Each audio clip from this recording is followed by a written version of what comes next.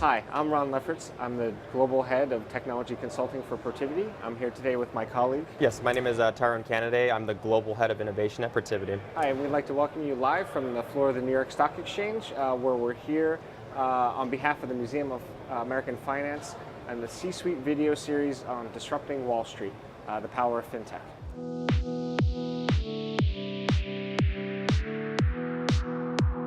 The innovation's always been there. Often, in the past, firms would look at fintech, for example, the existing firms would look at fintech and would say, and this is interesting, and then they would turn to the traditional providers and say, okay, this is what these guys are doing, how can you do it for me? When you look at different institutions, there's really this race to an app that can provide all the different products at your fingertips. Now that really, it's at the point of transaction. People are operating on their mobile phone in a 24/7 on-the-go model. You know, you want access to your banking app and seamlessly transform over to your wealth account and have access to your card payments, things like that, and mortgages as well. So really consolidating all that information and then driving that behavior, looking at all the behaviors of how you interact with these different apps and collecting the data. I think that's where you're really starting to see the trend, and it's really focusing on that customer experience. The customer experiences that they're able to provide, the API integration, the capabilities, the speed, and the cost, being able to do things where you're able to set up a bank account in a couple of minutes. Those are features that create a lot of stickiness with the borrowers. Now with the proliferation of fintechs and cloud and other enabling technologies, very rapidly firms deploy the same type and level of client experience that any of the major players have. And so that really provides a lot of choice across a whole range of offerings. I think that speed to market is so important now, and we're seeing that at a lot of the financial institutions, and they're changing the ways that they operate, or moving to these more modern architectures, trying to address the problems around legacy technology and legacy debt that's built up over decades, right? Getting off that as quickly as possible and moving to modern architectures and even more, I would say, modern ways of working where you have agile development, where you can start to deploy code on the multiple times a day as opposed to waiting for quarters and months to do that. One of the areas is in RegTech, which is a rapidly growing segment of the fintech world, where applying enabling technologies, leveraging secure workflows, machine learning, robotic process automation on things that had been done manually and repetitively are now being replaced with technology. And so rather than do things over and over again with multiple people and leave room for error, getting the right controls in place and having those things taken care of by enabling technologies is a great area of investment for firms as they're looking to provide that consistency and quality and reduce their costs. To operate in this new paradigm where you've got technologies like AI, you're moving at a lot more of a rapid pace. You need RegTech to counterbalance a lot of those aspects on the control and risk side. Fintechs, by the definition, are often new, smaller, more nimble, and yet they're lesser known as well, too.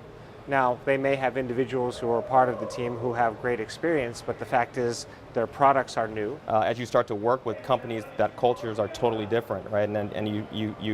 They work in a more agile way. You may be working in a waterfall, but you've got this kind of bimodal aspect where you're integrating and you're working together, but there's two different cultures. And so that resistance to change internally of how to get to more modern ways of working, I think that's going to be another risk. And underneath all that, just the more complex cyber risk profile. No, not only are you just configuring and looking at configuration risk within your environment, but you're also looking at the firewalls and the API connections, but also the third-party nature of the cyber risk, which just gets more complex with that profile. The day that the new technology is deployed live in production, it becomes legacy.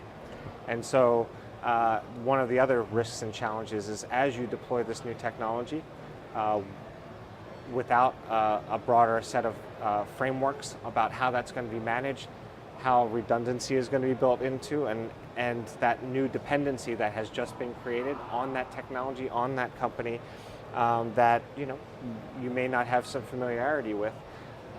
Those are also considerations that need to be managed as well.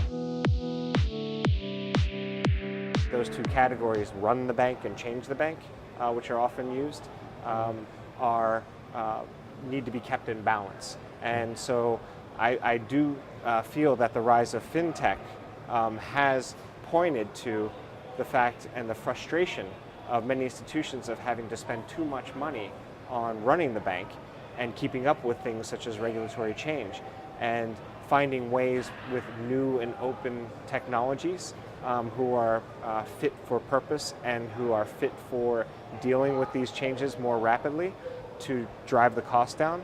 That's where you're seeing a lot of growth and a lot of interest from these institutions. Yep, and I agree with that. And I think also the role in regulation as they start to make regulation for new emerging technologies.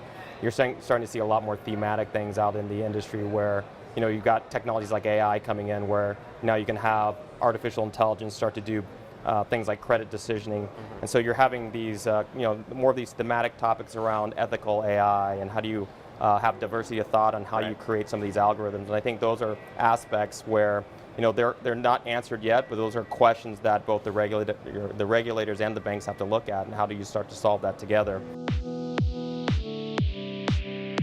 We're at a point where we're just trying to figure out what are the right applications and how can that support and better increase the customer experience or the security and timeliness and accuracy of the financial information that financial institutions are tasked with, with maintaining on behalf of their clients. You have companies and people out there that are afraid that AI is going to take their jobs, but I think it's going to disrupt in certain ways, but I think there's going to be areas where it's going to create new jobs, where it's going to be more analytical in nature, where people can start to do more analysis work or investigative work, as opposed to doing some of the manual tasks that they've done day to day.